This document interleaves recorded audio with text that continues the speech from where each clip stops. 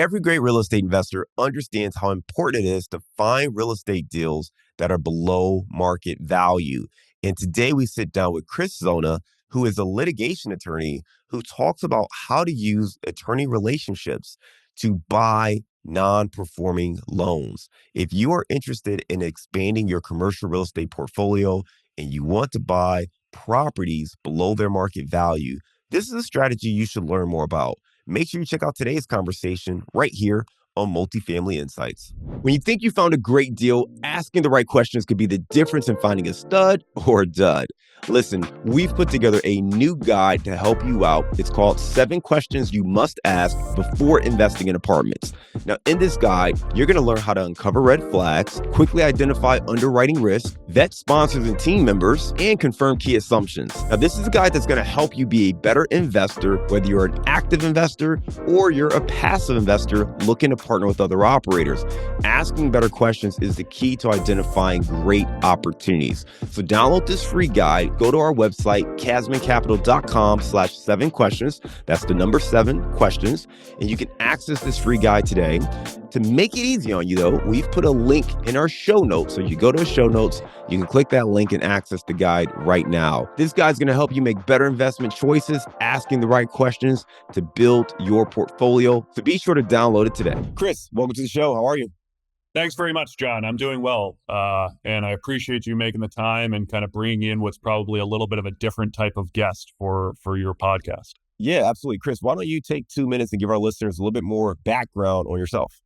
Sure. So I am a litigation partner at the firm Mandelbaum Barrett. We have a headquarters in New Jersey, but I mostly practice out of New York City. I am a litigation partner, so I am actually kind of an old school trial attorney.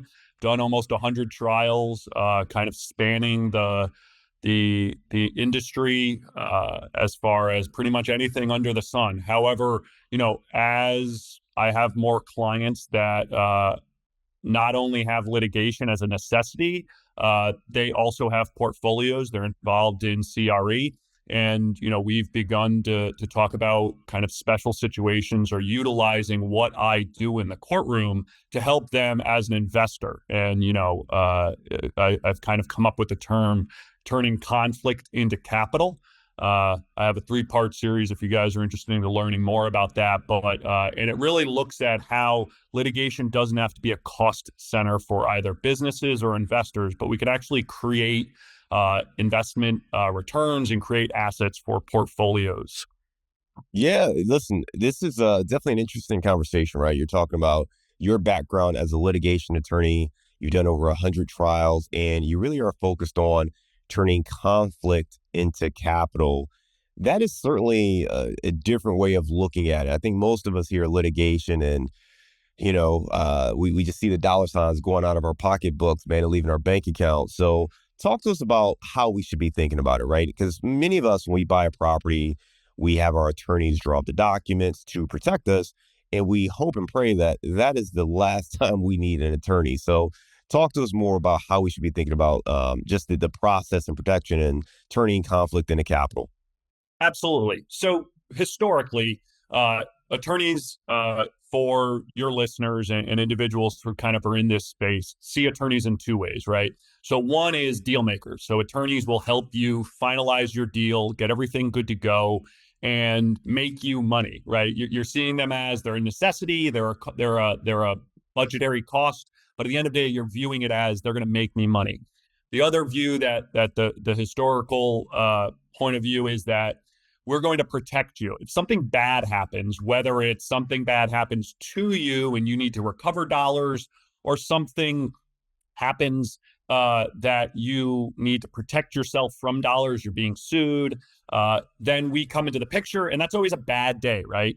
No one's ever happy. The majority of my litigation, it's not as if clients are really happy when they come see me, because one of those 2 things are going to happen, and they know that there's an attributable cost to me getting involved. Where I think the thought process for, especially, and you see this in large funds have already started doing it, and it's kind of all over the place. Like litigation finance has seen this, your massive distressed debt funds that are doing, sovereign debt and things like that have seen this.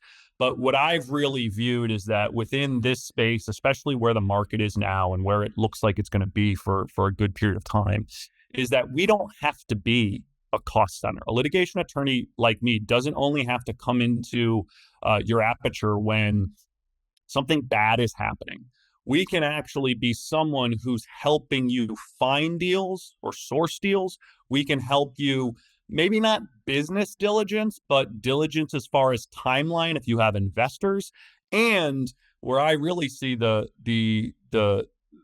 kind of combined effort is that we can get you into or help get you into properties or open up properties that may not otherwise be available. And the way in which that looks is mostly through the secondary loan market.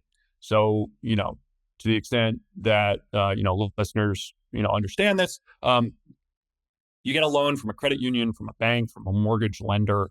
Usually that bank almost immediately de-risks in today's environment. And this happens if anybody's ever gotten a mortgage and all of a sudden a month later you get a letter in the mail saying, "Hi, valued customer, please make the same mortgage payment to this different bank or this different fund," or whatever. That is a bank de-risking. I call it de-risking, but it's also kind of opening up capital. They may continue to service the loan, but probably not. They want to get their capital back or a percentage of their capital back so that they can then deploy it to do another loan.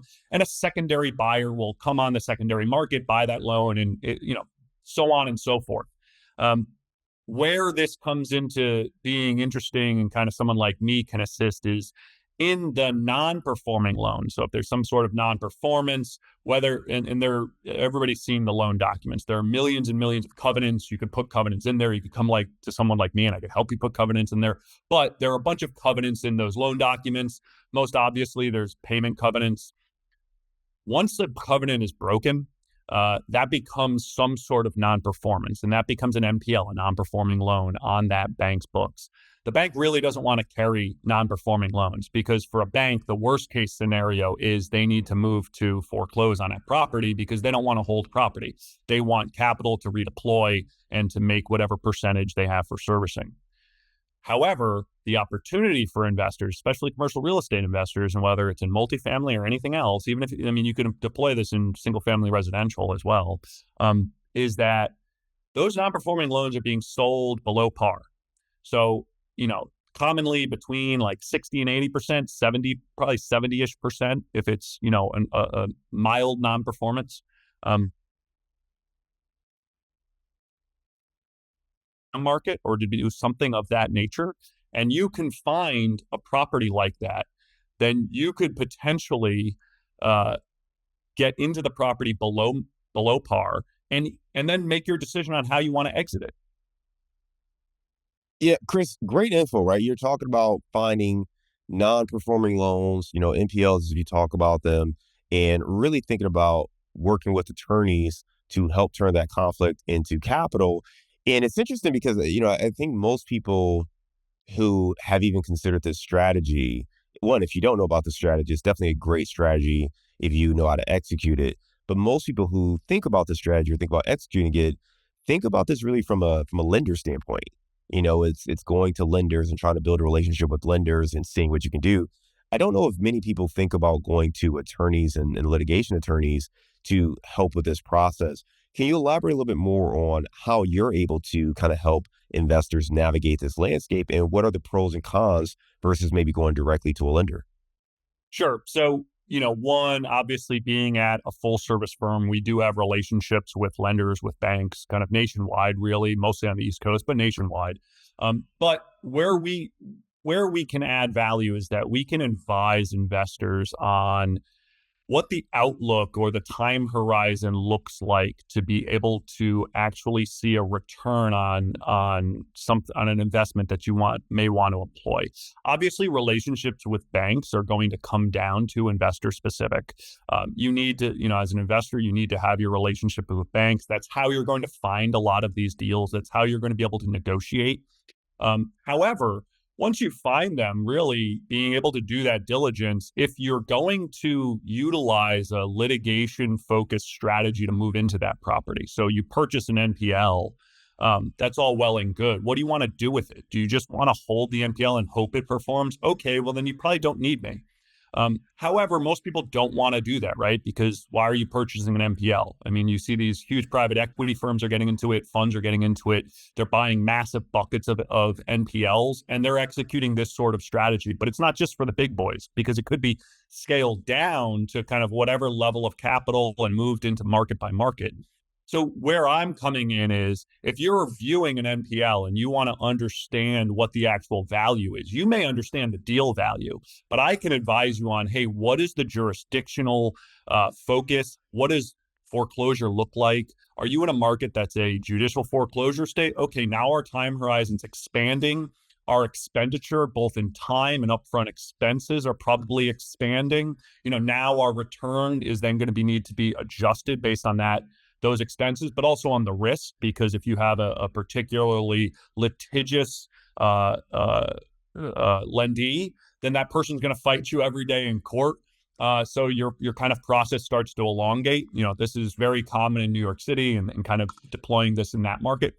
Conversely, if you are in a non-judicial state, it's easier. If you're in a state or if you think that you can, use the thread of the stick and then kind of work something out, we can advise you. And that's really where we play our most important role, is that we can advise you on the actual completion of the process. You may source the deal, you may have the relationship, but I can help you understand what the risks are so you can build that into your valuation process. And then once we're actually, say we decide on that property, we're going to add that to your portfolio, I'm going to be the one, either strategically advising you or using kind of my team, but we're going to be sending our notices, making sure things are clean, making sure that everything's timely, everything's papered, hopefully negotiating a non-litigious way into this, a deed in lieu of transfer, a straight transfer, so we can stay out of court. But if it comes down to it, you have someone like me who's done, almost 100 trials,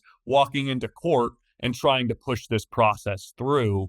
And, on the back end, you're looking at, depending on how the process turns out, potentially a very, very good return on a below par purchase. Yeah, Chris, I love what you're getting at, because what you're talking about is, hey, there's a great strategy as investors to find below market deals that are these non-performing notes, right? You can come in, get this non-performing loan, and then you can either get it to perform, you can figure out whatever your strategy is, and now you've got this asset, or you have a performing note and you're making money. And when I was in advertising, there was a joke my manager used to use all the time, and he's like, it's from a South Park episode, and it's like, still underwear, step one, still underwear, step three, get money. And they never really talk about step two. And you're getting at the step two, right? It's an easy strategy for to say, hey, all you have to do is find these unperforming loans, get them to perform, right? Get them to pay, and now you're making money. Well, to get them to pay is the hard part. That's the reason the bank is selling the loan now, right? So you're talking about what you guys focus on is really coming in, understanding the legal aspect, understanding the litigation power that you have in order to try to get someone to either start performing, maybe restructure the deal, or to go ahead and follow through with the litigation so that you can go ahead, get the property back, and then execute on your business plan. And it's something that, again, people, they overlook, and it's a really important step. And part of that is understanding who you have on your team that knows how to navigate it, because that's not something most of us investors truly understand. Most of us do not have law degrees and don't know how to, navigate that world. Certainly you can read about it. There's podcasts and articles and stuff like that to tell you what to write to the borrower and things like that. But you probably want something a little more tried and true. And having somebody who's done this over 100 times is definitely a better approach than trying to find a template of a letter that you can find via Google. Hey, for the folks who, I just want to put a bow on this. For the folks who are like, yep, that sounds great. How do I come across that first deal? Is that something you guys help with as well, or really the investor needs to go out and source that deal on their own? So both. We have a financing and banking group here, which a good friend of mine and one of our partners, Jeff Rosenthal and Richard Simon, both run. They also do bankruptcy, so I've worked a lot with them on bankruptcy litigation and some distressed work. They have, banking relationships throughout. So obviously, getting us involved at kind of a groundwork stage, if you're contemplating this sort of strategy, is going to help you potentially relationship build, which may help in this strategy or any other strategy. At the end of the day, having good relationships with banks, financiers is always helpful to investors, because sooner or later you may want to use distressed as your investment strategy, but you may not. You may just need a hard money lender, or a straight money lender, whatever it is. So we can obviously help. At the end of the day, though, the best relationships are going to be the relationships driven by the entrepreneur or the investor, right? Because if you're sourcing deals, or if you have a good relationship with whatever your local bank is, then you become a known quantity with that bank. They understand probably what your finances look like, what everything looks like for you, and you become a known commodity that you're going to be able to walk in and carry some sort of backing with you when you're in there. And they're going to usually assist you, right? Because, this strategy and what I've been kind of pushing individuals to do is really outside of your major markets. The major markets, obviously, if you can generate the capital, absolutely great markets to play in. But with major markets also come judicial foreclosure states and a lot of other things, and additional capital that you probably need to deploy. It's those secondary and tertiary markets, the smaller towns, those smaller cities where most of your investors are probably deploying their capital already, the large city that you may live on the suburbs of. If you're looking at a 6 or 8 unit instead of a 150 unit building there, potentially that regional bank may not have the opportunity to de-risk their portfolio like a Bank of America regional branch may have, where they have these huge relationships. And then it really comes down to a personal relationship that the entrepreneur has. And obviously, this is not I'm kind of warning investors away from thinking of this as a binary decision. This does not have to be a do or die strategy. Obviously, it can be. If you can raise capital and develop a fund strategy that just does this, sure. But it doesn't have to be. Whatever I like this concept for clients and for investors to consider, because it gives you optionality, like you mentioned. If you can get into a property through this mechanism and kind of get a deal and have your diligence, and say your strategy is long-term performance on the note. Okay, well, you own the note. So if you want to extend further financing, if you want to change the terms to better fit with whatever your return is, or however you want your return to look like, so it fits within your portfolio, you own it. And if you need to do a little bit of litigation here and there and use the thread of litigation, then I could help you through that process, so that we use the thread of the stick to make sure that we can leverage that to hopefully get some better terms or lengthier terms or whatever it is. Comparatively, you can use this as an immediate exit strategy, right? Where you take over the property very quickly, and then, you push for foreclosure and just say you get it at a really good price, and you get it to a public auction. Maybe you credit bid, maybe not, but you get it to a public auction and you make a return because you're so far below par on your purchase that you're able to make a return even at 70 or 80% of fair market value at like an auction.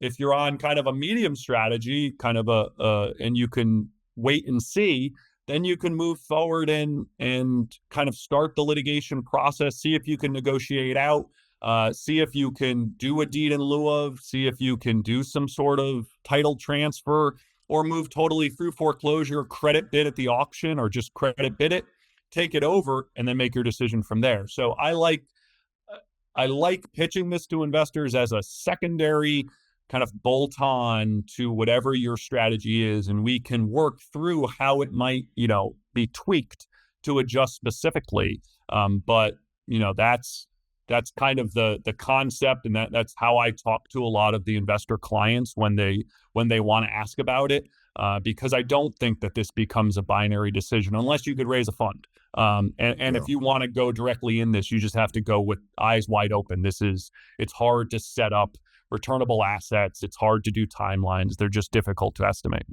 Yeah, Chris, you're talking about the flexibility of your exit strategies, right? You can get into this to literally just get the return. So if it's a 5% interest rate, you're just collecting that 5%. So that's certainly one strategy. You could buy it with an option to renegotiate with that borrower. You can buy it with the intention of either going to litigation or getting that person out to take ownership of the asset and then implement whatever business plan you have there. So lots of options there. We started learning, I started learning about this strategy a few years back from, again, hosting other podcast guests. And I've always been intrigued by it. But I found, particularly at that time, it just seemed like a great idea, but much harder to execute because of the market conditions. A lot has changed over the last couple of years. Can you talk about how the current environment impacts this strategy? Sure. So that's actually one of the driving forces between kind of me putting out a lot of content on this, because I think the market has drastically changed for CRE. There's just a lot more of with where we are in interest rates on refis, and the interest rates rising, especially on kind of these portfolios, where before people were at high interest rates and refining commonly and thinking that, hey, I could buy at whatever because it's a quote good deal and then I'll just refi out. That is drastically changing right now. There are far fewer well, at least what I'm seeing in the industry, there are just far fewer opportunities for that sort of initial strategy to be deployed. So what I see is, within multifamily, there being kind of for the next 3, 4, 5 years until we see rates coming back down to, below 6%, this being a potential strategy, so long as you have the capital backing, but this being a strategy because I think a lot of people have kind of bitten off more than they can chew. And with the amount of banks wanting their capital back, and the desire of banks to keep capital on their books so that they can continue to deploy loans. Because again, at 6%, they don't want a non-performing loan anymore. They'd rather, hey, I could get that off my books and take a little bit of a hit and deploy my next loan at 6.5%.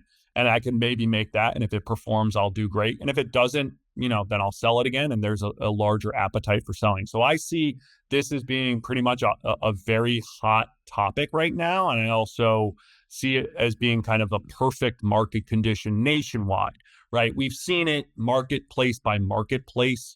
In certain markets it may work, in certain markets it may not. But right now, I think nationwide, this is kind of an opportunistic time to at least consider it. It's great to deploy, I think, in places that are like beginning to rise because your potential returns are going to be higher. Charlotte 15 years ago, something like that, where you have certain non-performing loans and people looking to exit the market. But I think right now, depending on where your market is, you're always going to be in a situation where there should be some opportunity. Yeah, great stuff, right? So there's a lot of opportunity in the market today that maybe didn't exist 3 or 4 years ago. And interest rates has a lot to do with it, as we know, right? When interest rates shoot up, it makes it hard for these properties to perform. There's a lot of other factors in play, but those borrowers need solutions. They need help. And if the property is not performing, well, now you're in a situation where the bank may take that asset back, and now you kind of get into this back and forth situation. This concept is popularized in the residential world, right? I know a lot of folks who buy non-performing notes in residential.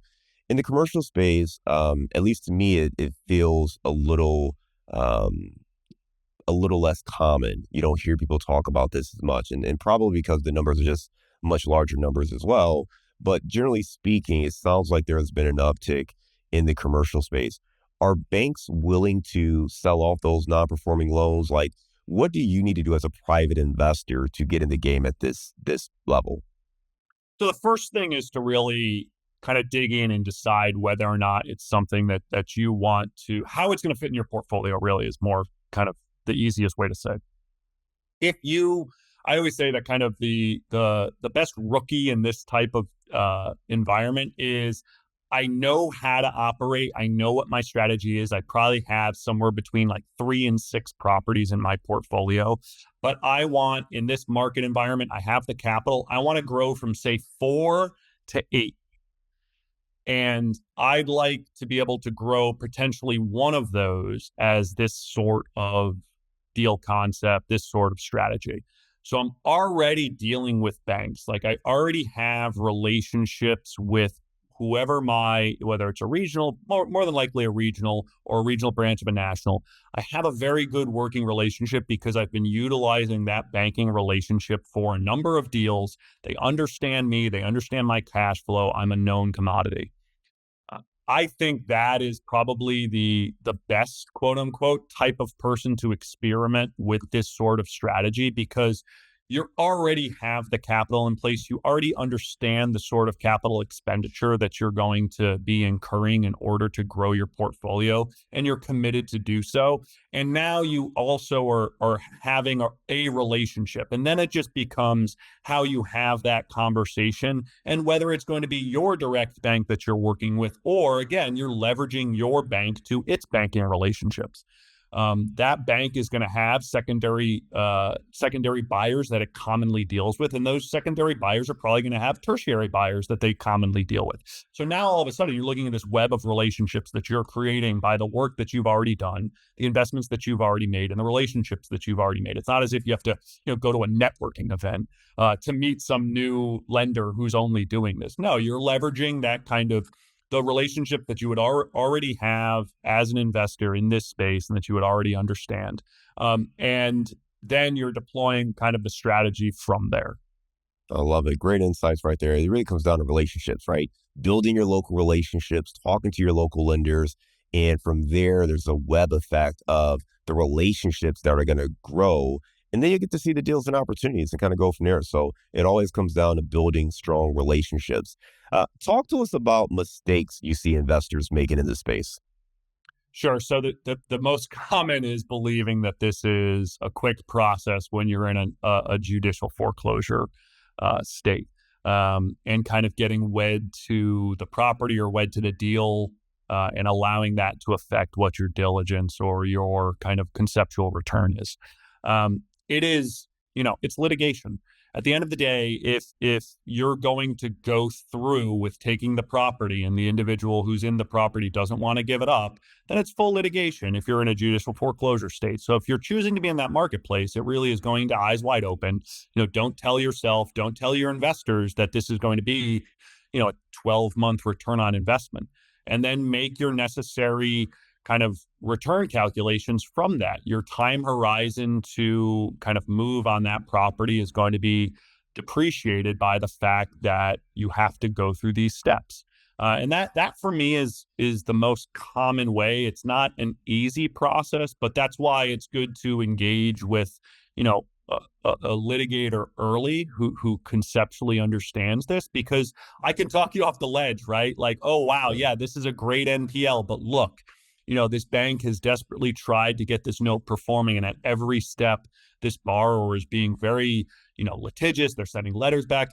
This translates into how we're going to deal with them. So great, we may get in at 55% of loan value, but don't allow that to affect that.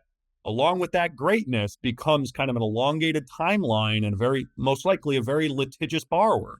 So let's make sure that when you're doing your analysis for your return, you're incorporating in, okay, maybe it's not 12 to 18 months. Maybe we're looking at 18 to 24 months. So to include that in your understanding of whether or not this is such a great deal. And does a 24 or 28 month timeline fit within your portfolio, right?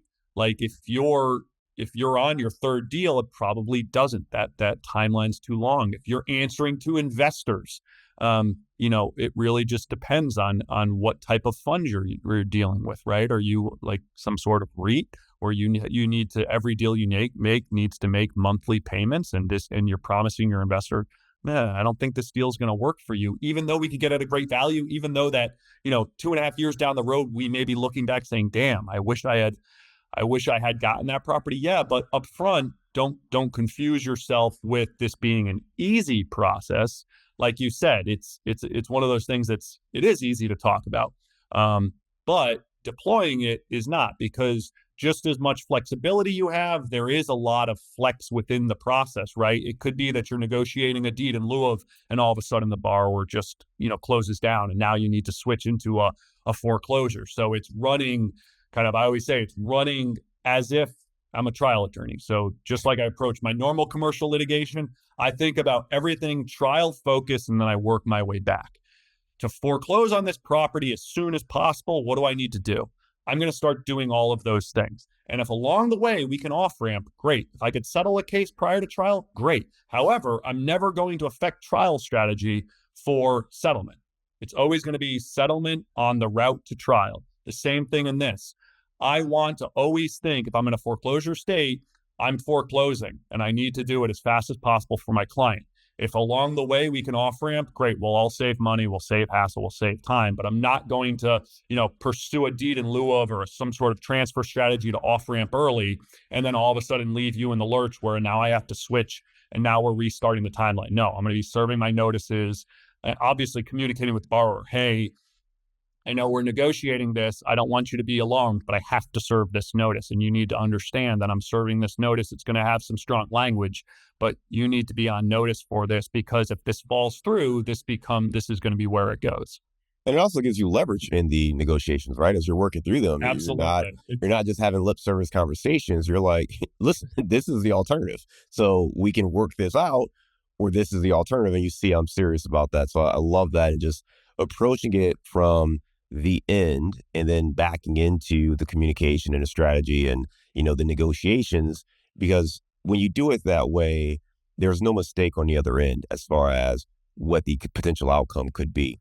You said something that I want to make sure everyone's following because it can get a little confusing. Sure. You said judicial and non-judicial. Can you just take a quick moment and explain the difference between those two?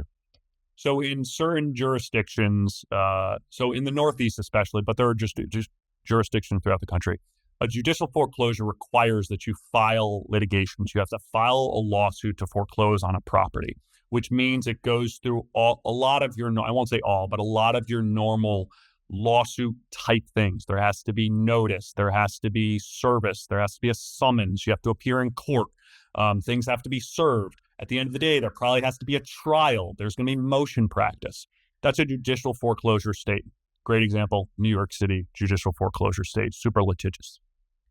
Conversely, there are non-judicial foreclosure states, and that's within the statute. If you're a note holder, there are certain notices and steps that you have to take by statute that once you take them, you can foreclose. You don't have to file a lawsuit. You never have to see a court. You don't have to see the inside of a courtroom. You can just look at your statutes. And again, while I'm barred in the Northeast, Connecticut, New York, and New Jersey, they're not hard to find. Obviously, you probably would, if I were advising a client, I'd probably grab up a local real estate attorney just to make sure that we understood them completely and make sure that those, even though we're non-judicial, we're still using attorneys because of the statutory implications. But those sort of statutory pieces allow the process to go much faster. A lot of times it's, 30 days of notice, 90 days of notice, secondary notice, some sort of posting, some sort of sheriff sale. Things have to be publicly noticed. Each state's going to be a little different. And the difference is that I don't need to worry about a court. I don't have to worry about trial at the end of the day.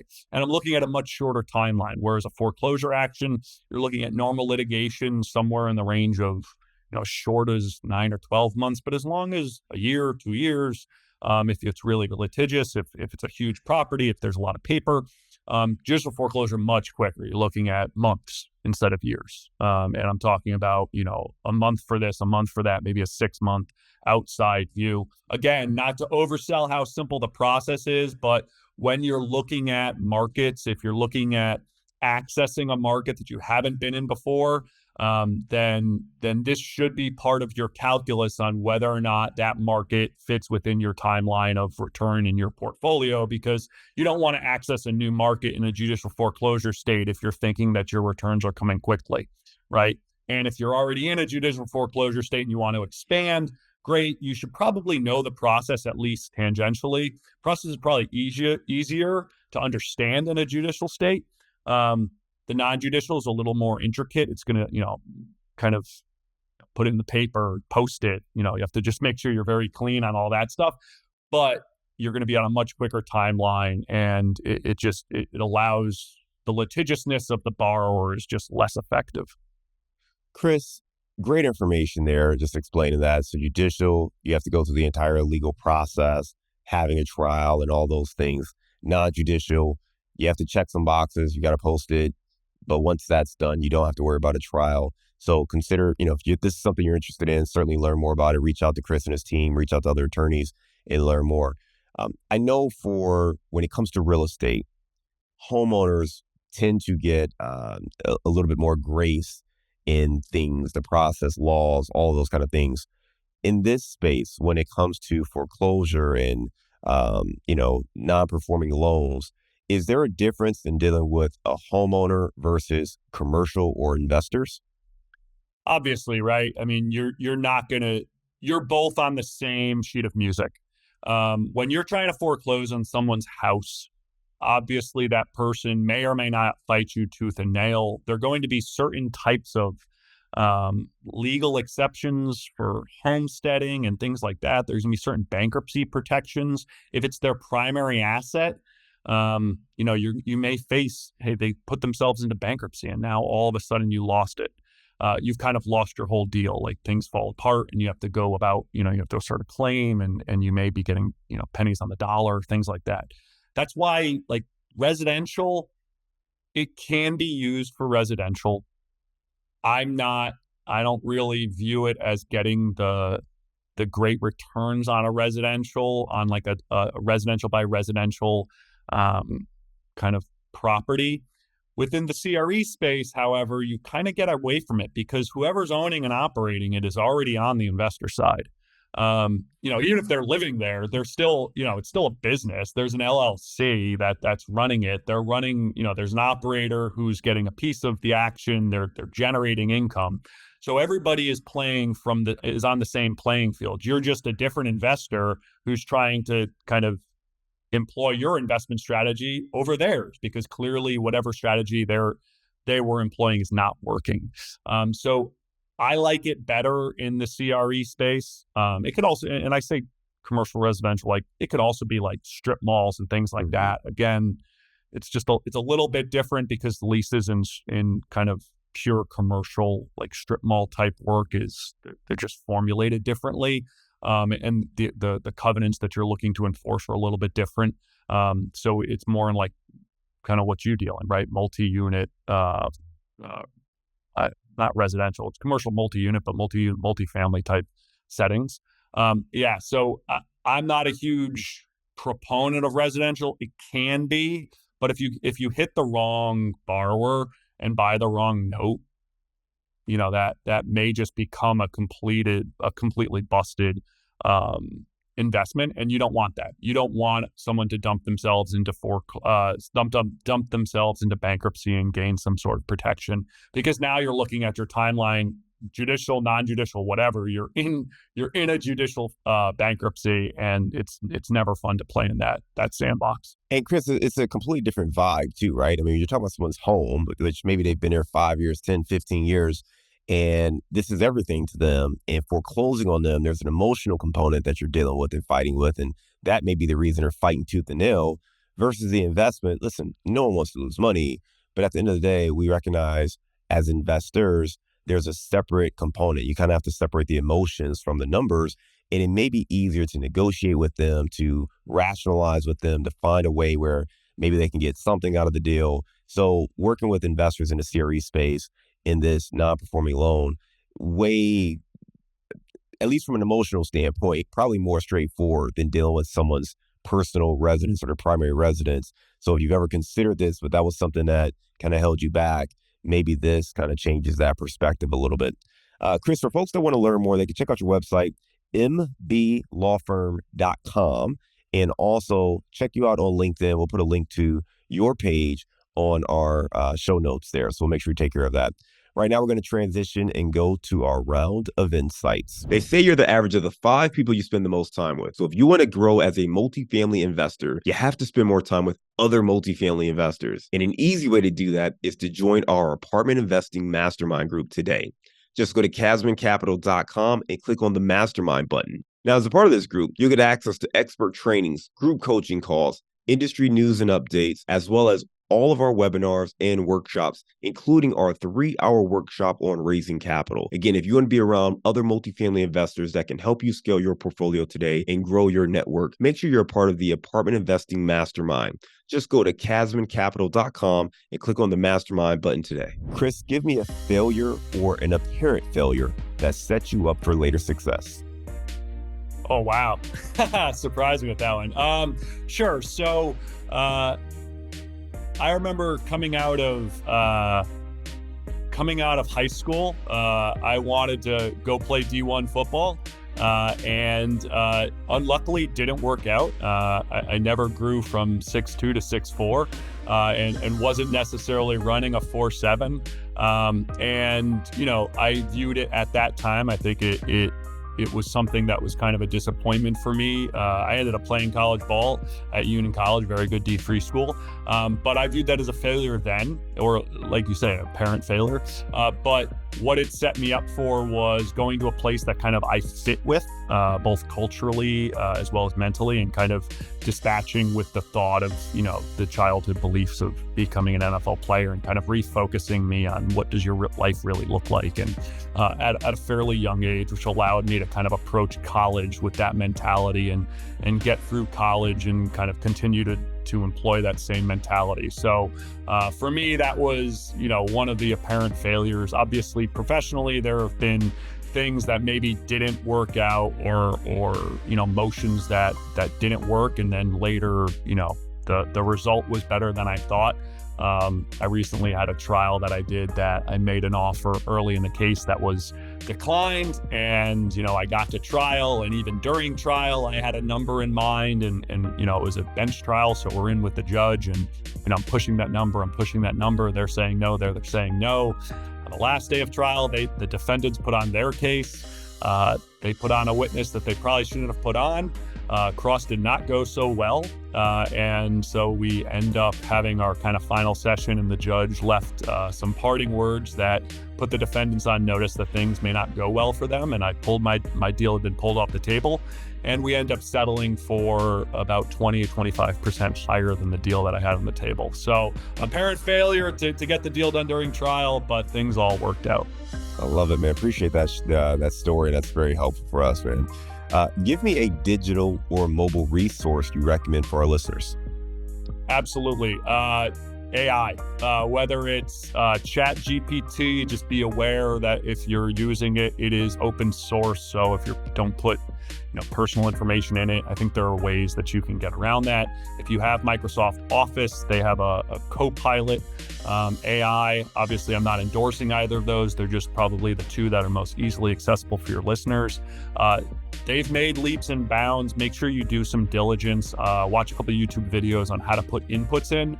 But I think it puts into the hands of lay people quite a bit of information. Don't believe that you're an expert when you use it. I certainly don't, but it's a resource that I am commonly using to allow me to kind of help categorize my thoughts before I start doing further research and expend client dollars. Even me as an attorney, obviously you're doing a lot of research, but sometimes you're faced with kind of a situation where you have a million different things going on, and you need a way to categorize your thoughts, and working with inputs and making sure you're inputting the right thing. But it helps you categorize your thoughts, I think, and it gives you a little bit of flavor on where you're going, so that then when you're actually digging in, you're digging in at least in the right direction.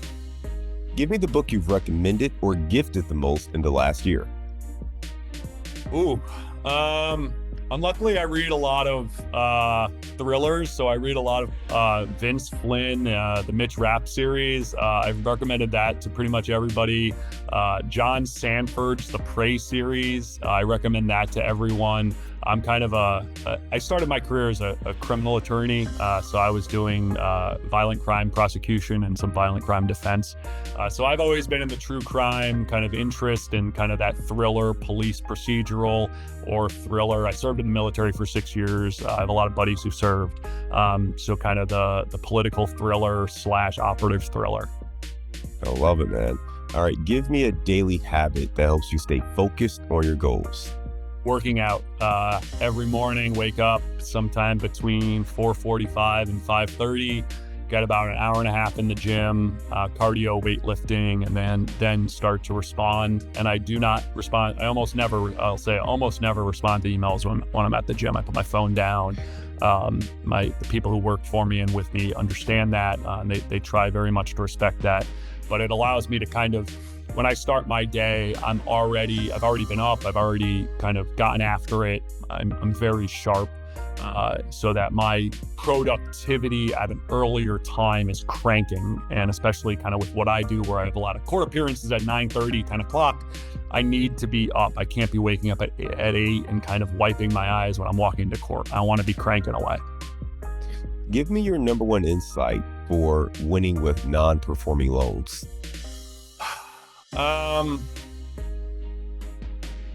Be realistic. Be realistic if it fits within your portfolio, and be realistic if you're, as an investor, have the wherewithal to bear with the process and not be expecting something that probably isn't going to be the end goal, or the end goal in the way in which you want it to be. I love it. All right, let's lighten the mood. You're out there in the New York, New Jersey area. Give us your favorite place to grab a bite to eat.